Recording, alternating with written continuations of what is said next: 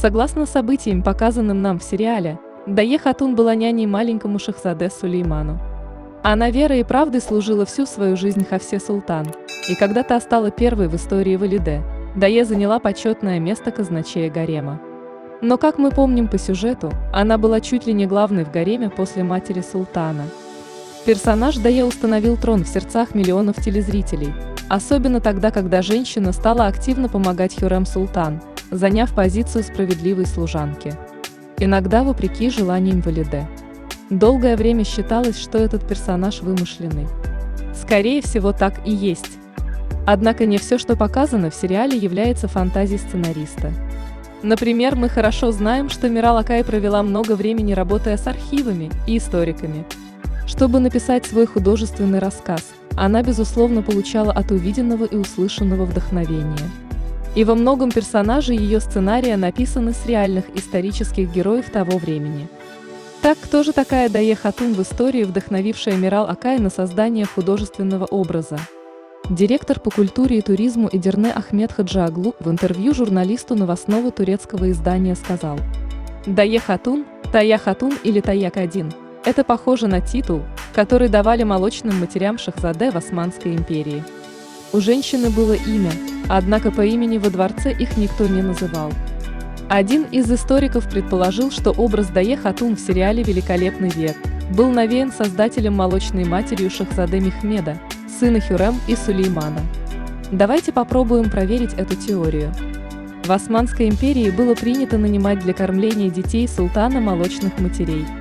Дети султана и дети молочной матери считались молочными братьями и сестрами. Кормилицы проживали в гареме в то время, пока кормили Шахзаде и девочек. Их положение было очень высоким, а если мать ребенка умирала, то проходила специальная церемония, после которой молочная мать становилась как бы настоящей мамой. Султаны с большим уважением относились к своим молочным матерям, платили им высокое жалование. Эти кормилицы делали много пожертвований, даже строили за свой счет мечети, бани и медресе. Чаще всего эти женщины были замужем за видными государственными деятелями, но так или иначе были каким-то образом близки к династии. Так, например, по разным оценкам, молочная мать правнука султана Сулеймана, Мехмеда Халиме Хатун, была женой великого визиря Лала Мехмеда Паши, который изначально был учителем и наставником будущего султана Мехмеда. По другим сведениям, Лала был женат на дочери кормилицы султана.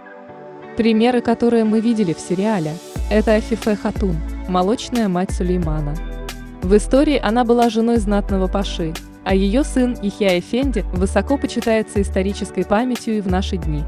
Он был молочным братом Сулеймана и, как утверждают историки, единственным человеком, который посмел напрямую высказать султану свое негативное отношение к казни Мустафы.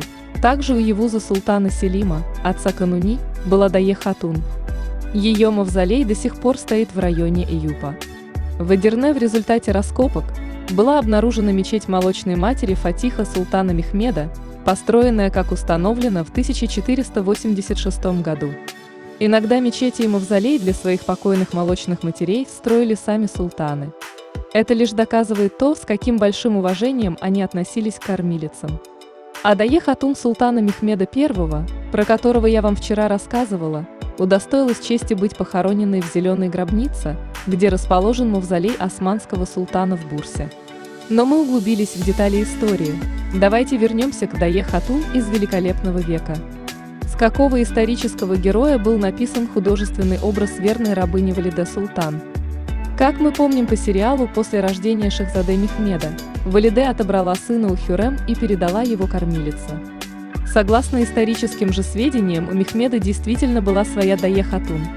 Об этой женщине практически нет никаких исторических сведений. Однако она построила на свои пожертвования в Гюмюшхане. Это турецкий город в 150 километрах южнее Трабзона. Мечеть, баню и мектеп.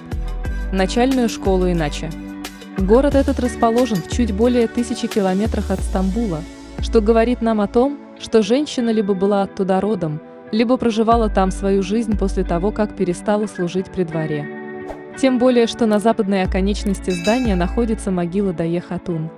Мечеть и школа дошли до наших дней. Правда, долгое время были полуразрушены, но восстановлены. А вот баня, которую, как указывают историки, очень хвалили люди, до нас уже не дожила.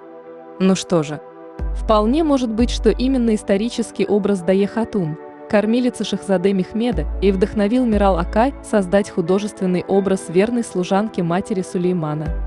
Правда, вот с именем что-то пошло не так. Не находите? Да и конец этой женщины очень печален был. Хотела же она уехать к себе на родину. Видимо, так же, как это сделала реальный персонаж. Почему в сериале надо было загнать ее в петлю? Загадка для меня. А на сегодня все. Не пропускайте главное. Подписывайтесь на канал и посещайте вкладку «Сообщество», чтобы узнавать про Османскую империю то, что остается за кадром наших видео.